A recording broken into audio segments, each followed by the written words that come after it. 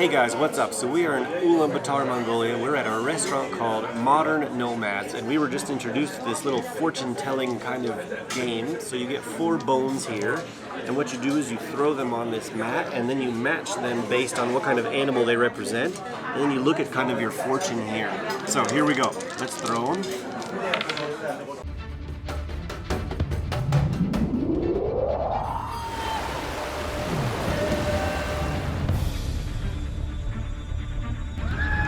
My name is Igor, explorer, adventurer, and a guy who ends up in some interesting places.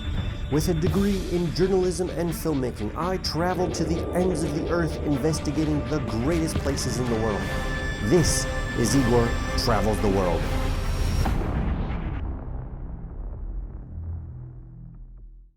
Okay guys, help me out. What do I got? Camel. Goat. And 2 goats. Camel, and 2 goats. Okay, so let's look at the chart.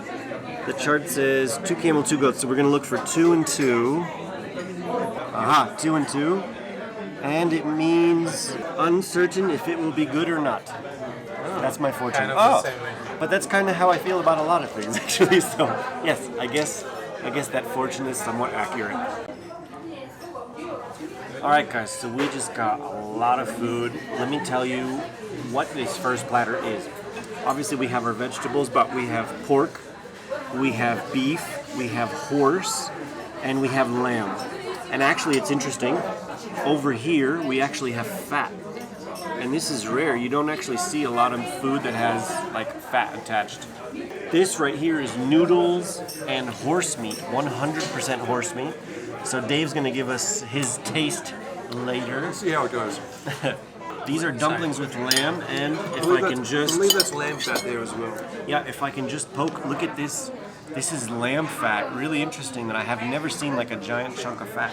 And then what kind of sauce is this? Spicy. Some kind of spicy sauce. And then Carlos, what'd you get? This is chicken. Chicken with I guess buckwheat. a little bit spicy as well. And this is, I don't remember. Buckwheat. Buckwheat? Buckwheat. And my Russian people, you will call that grechka. Let's try whatever, I think this is actually pork. Let's try the pork with a little bit of fat. Wow. It's really flavorful. I don't know how to describe it, but it was delicious. This, I suspect, is the horse. A little harder in terms of texture, and a little salty, but very good. Let's try this. This is, I suspect, beef. Tender, similar to a steak. Alright, so I got some horse meat and noodles, and it's my first time eating horse, and I gotta say, it's really tasty. Okay, so we have stopped for lunch, and I got myself a dumpling meat soup. So it's got potatoes, cabbage, fat, the dumplings itself, carrots. I'm gonna show it to you right now. Oh, and I put some chili in there. So let me show it to you. Oh, yeah. Up and down, right and left. Yeah. That means about 20 right horse near this time, and on the horse. Alright everybody, so we are at a local restaurant, and we have a traditional meat pie called a hushu, which I'm probably not saying correctly. So it's meat deep fried in like a kind of bread patty. So let's give it a try.